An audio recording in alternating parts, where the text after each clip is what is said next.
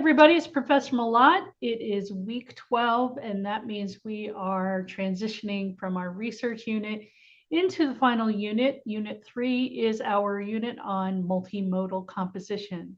So bear with me, this video might be a little bit on the long side because it's actually replacing what I would be talking about if we were in person. So we have the Veterans Day holiday, and so it's important I get this information to you, introduce the unit, and explain to you what I'm trying to accomplish in this multimodal composition. So we're going to be exploring things like how to combine different modes of communication. We've primarily been focusing on written communication through our essays that we've done. And now, after you've completed your research, we're going to take a different approach to communicating, right? So we're thinking about the visual, the oral, and the digital, and recasting your research into something that's compelling and effective. So in this unit, we're going to get an overview of multimodal composition, why that's important. You'll be learning how to combine text with images, sounds, and other digital elements so that you can enhance your message and engage with your audience more effectively. So I want you to think about what we're going to be doing this week and in the coming weeks. In week 15, we have metacognition and reflective writing, and that's really taking finals week and kind of reflecting what we've done throughout the core of the course. So for the learning outcomes for this unit, we're learning to compose in multiple genres for a variety of audiences and purposes, and we're using sources as a foundation for this writing project. Also, at the end of the course, you're learning how to articulate what you know about reading, research, and writing, and how you can apply those things in various contexts, both academically and in your everyday life, once you move on to a career. So we have a checklist here of a bunch of assignments that are due. We have a discussion board due this week. I'd like you to do that on Tuesday. And then we have a multimodal research project or multimodal remix project, a proposal. In the coming weeks, we will have a rough draft, peer review, and then your final revision. And we end everything with that final course reflection. So let's take a look at week 12 and the assignments and the materials that I have provided for you. So this is the introduction to multimodal composition. It's our final unit, so I'm really excited about it. We have information in the UC library guide. If you look at the library resources, this will be your treasure map pointing you to a bunch of resources and free tools. So let's take a look at the library resources first. If we go into this English composition guide and we come down to recast, remix, multimodal assignment, we again have a list of the databases. We not only have text-based things in those databases, you have access to audio, images, and videos. So take a look at that. Of course, we also have the Microsoft Office 365 apps for students.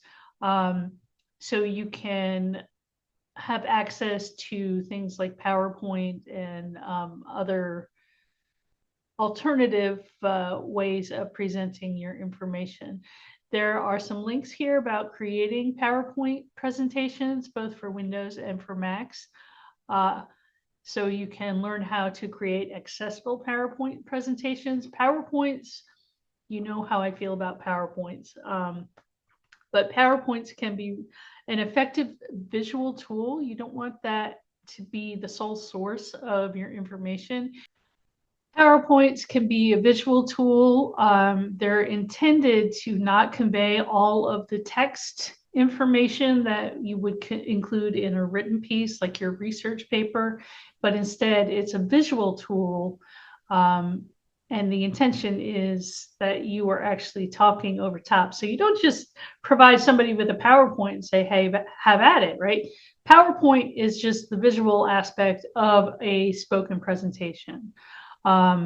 So knowing how to use that tool effectively is very important, especially as you move forward into your careers. If you are required to do any kind of a presentation, whether it's PowerPoint, Prezi, Google Slides, you name it, you know how mind-numbing it can be to sit through a presentation where the person is speaking about everything that's already on the slide, right? So it's really difficult to do a PowerPoint presentation well, which is why I avoid them in my classes when I can, because I don't really do PowerPoints well. I think I prefer to just kind of speak off the cuff. And when I have a PowerPoint, I tend to rely more on the slides than speaking off the cuff. So anyway, that is the recast, remix, and multimodal assignment within the English Comp guide in your library resources. Back to the week 12 module. Excuse me. We have a few other things. I have some readings on multimodality and the 5 modes. Multimodality, again, is combining the various modes. There are 5 primary modes of communication.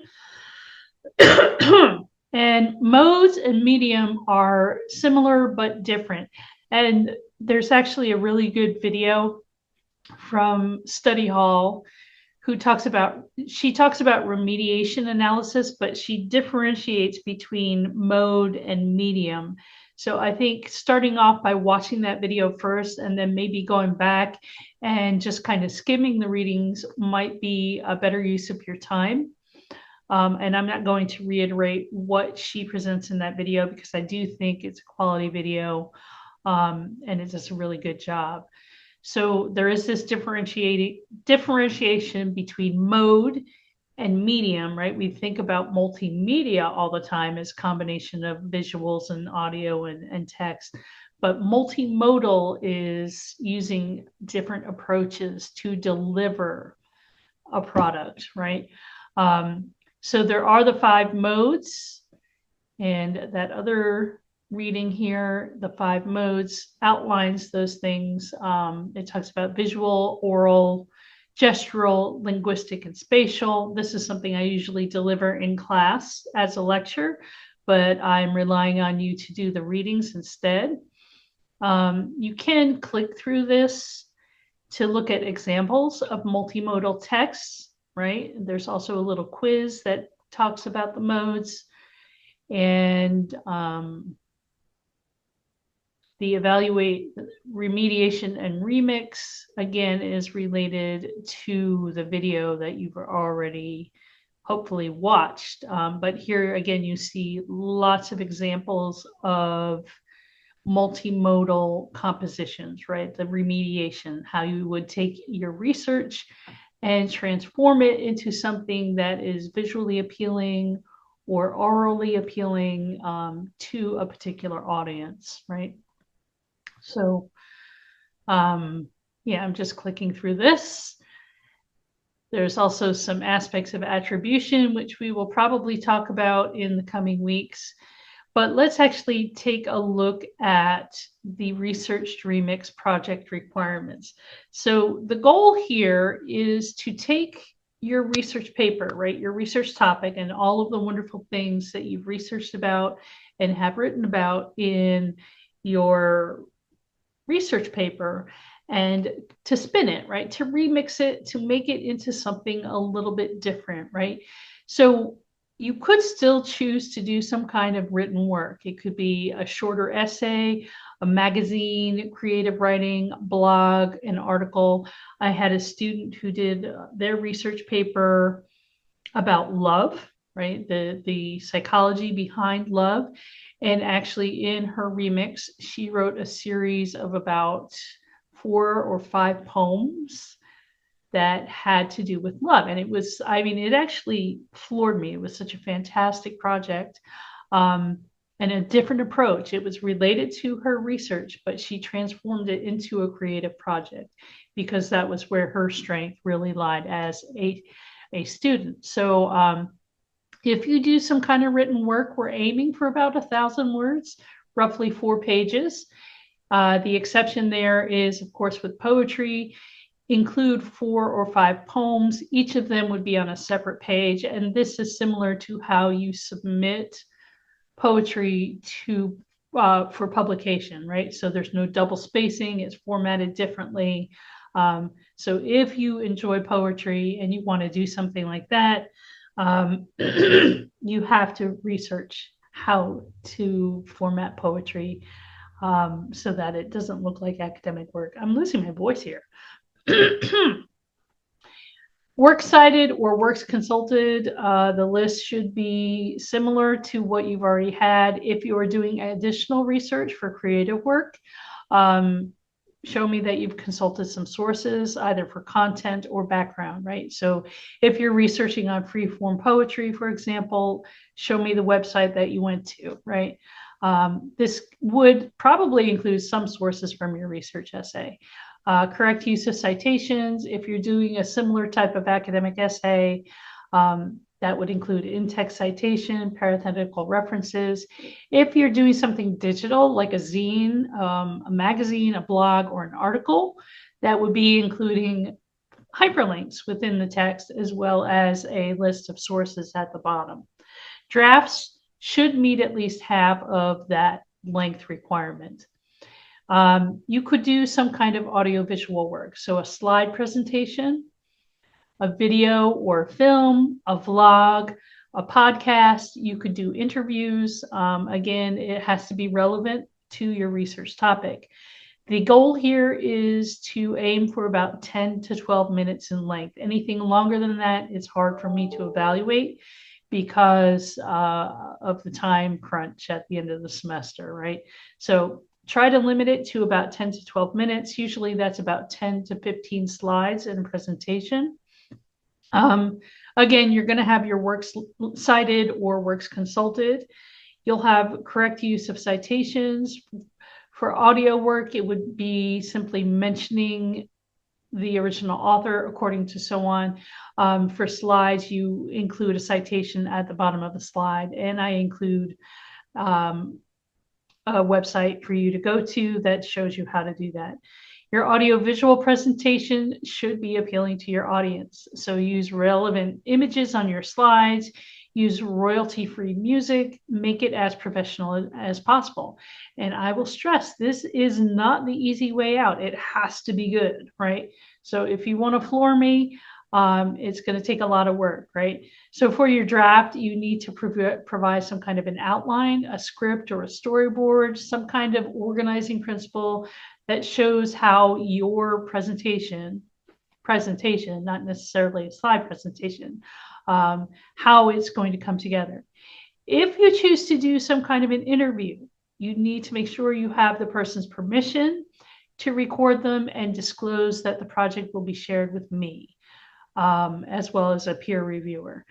Videos, I prefer YouTube just because I think it's easier for us to use, especially most of you probably already have a Google account.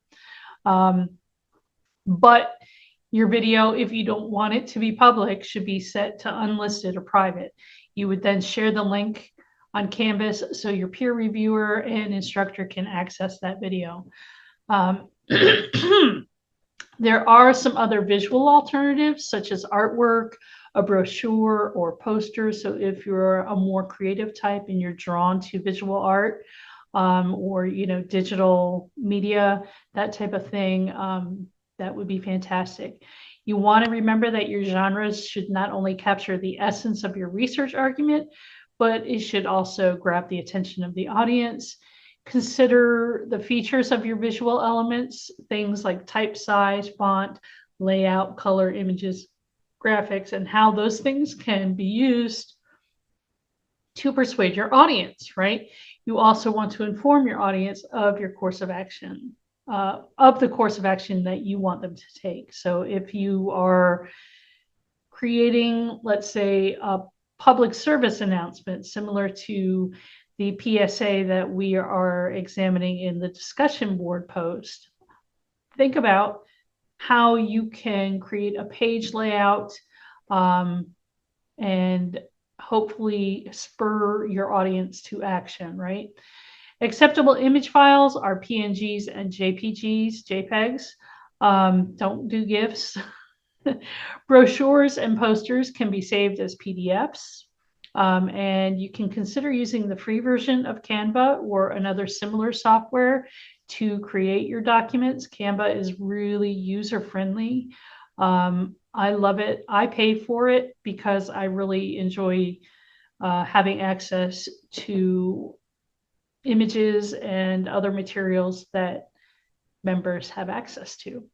But you don't have to do that. You don't have to pay for access to it. There is a free version, and there are royalty-free music videos, images, and so on and so forth that you can use in your publication. So a draft for this could include something like a page layout, maybe sketches or with or without final images.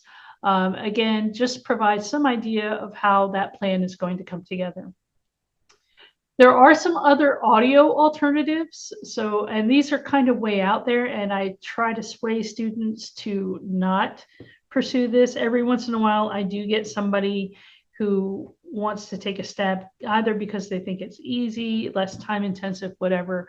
Again, it's not really the easy way out. However, if, again, you have natural strengths in this area, then it might be a possibility. So a musical composition, creating a concept album, or even putting together a playlist. Song that conveys the message of your topics, it's not easy, right? Just like the creative writing isn't easy. None of these are easy, right? It takes a lot of thinking and planning, and you have to do it quickly. So for students, again, it might be just another written thing that doesn't take as much brain work. However, I don't want to limit students who are extremely creative and have natural gifts, right? If you love writing music, if you love writing songs, this could be an option for you.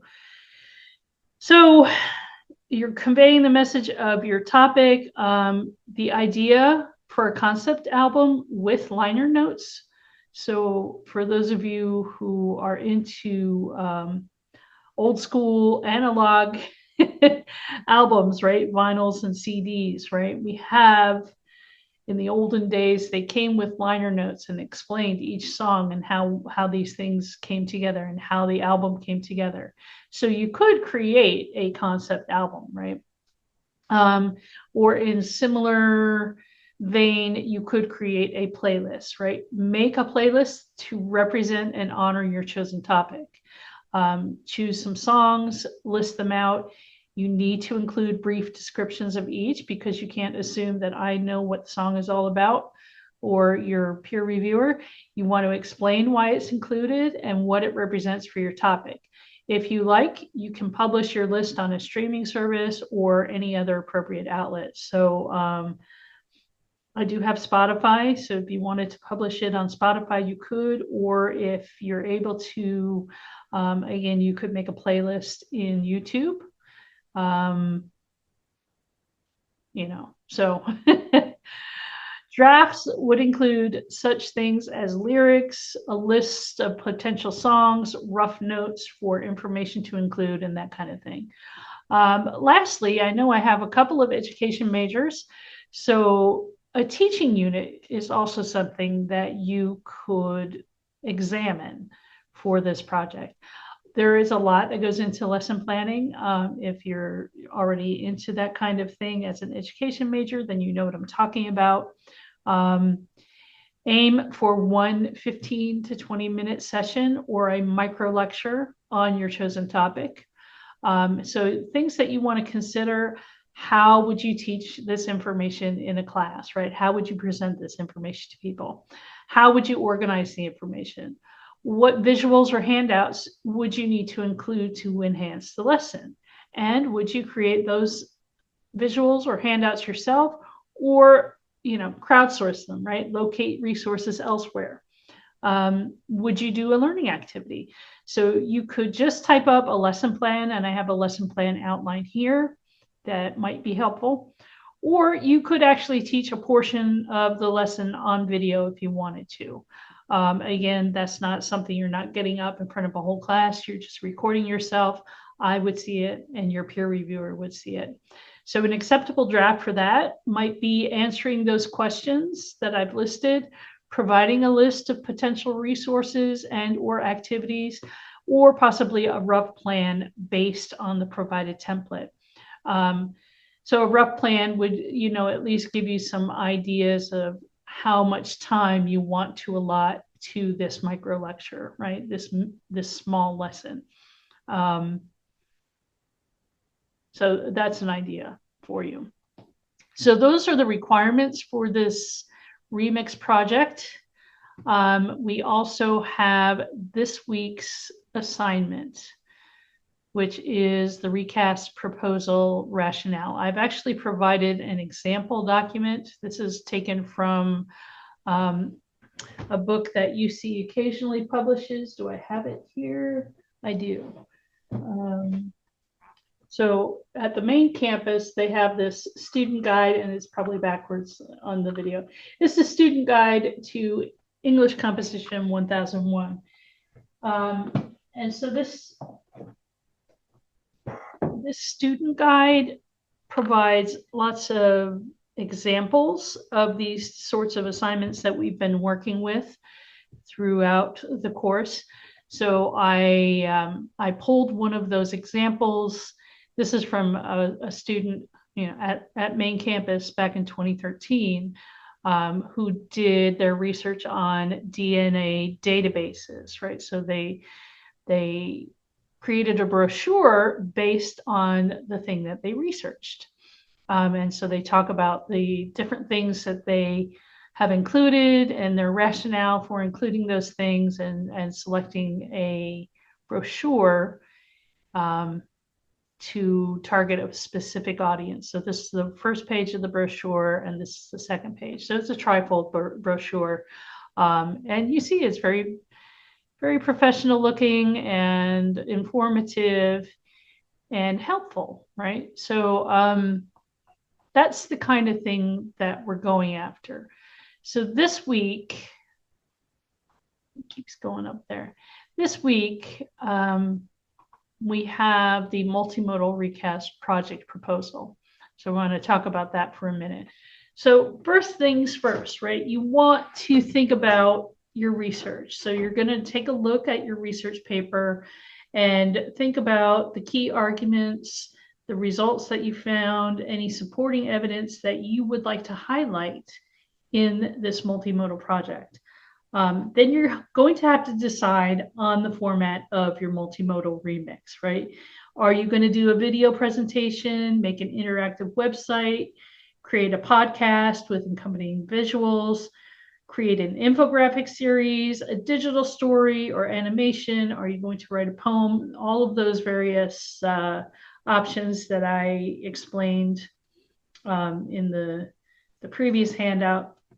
Then you need to develop your proposal. So this proposal, probably 1 to 2 pages max. Provide a brief summary of your research, right? Include the main topic, arguments, findings. Explain the purpose of this project, the multimodal project, and how it will recast your research paper. So I want you to think about who this new audience is. Are you going to try to reach students who are like you? Are you going to direct it towards professionals? Are you directing it to a younger audience, right? High school or middle school students? Parents, think about that, right? Who is your audience? Identify your audience. Consider who would benefit most from the research that you've done, right? Describe the purpose of your project. Are you wanting to inform, persuade, entertain, or raise awareness? And then think about the multimodal elements. You want to outline the different modes you think you'll use in the project. Is it going to be visual, oral, digital? And explain how each of those will convey your message effectively. Visual elements, things like images, charts, graphics, can illustrate your key points, oral elements, things you hear, a voiceover narration, especially for a PowerPoint, interviews, or even background music to enhance engagement. So think about that royalty-free music and how that can really make things engaging for your audience. And then, of course, digital elements, things like hyperlinks, animations, even embedded videos to provide a dynamic experience. I had a student 2 years ago who did a presentation with a voiceover, but he also included interactive elements. So he embedded a video in his presentation that somebody could then click on and watch. And that was a very effective thing, right? So think about how you can provide a more dynamic experience for your chosen audience. And then think about how you're going to structure it. So think about a detailed outline of your project structure. Describe the sequence of content and how you'll organize the information. If you need to, you could include a storyboard or wireframe, if applicable, to show the layout and flow of your project. I would actually reserve that project structure to the rough draft. But think about any kind of technical requirements you might need. List any technical tools or software that you will need to have access to complete this project. Knowing this beforehand can be very helpful so you don't run into problems in the creation of the project. And then, of course, you might want to think about a timeline for completing your project. We're just having a couple of weeks of really focused work. So think about how much time you have to devote to the project, and that might dictate how, the multimodal elements that you want to incorporate in this remix. And then, of course, reflect on why you chose this format, how you believe it'll enhance communication. Think about any previous experience you've had with creating multimodal projects and how that might help you in this assignment. So I know many of you have probably been required to create some kind of slide presentation in your high school classes. Maybe you are active bloggers. Maybe you keep, maybe you have a social media account that you are really active on, Instagram, TikTok, what have you. How can those things act as strengths for you to complete this project?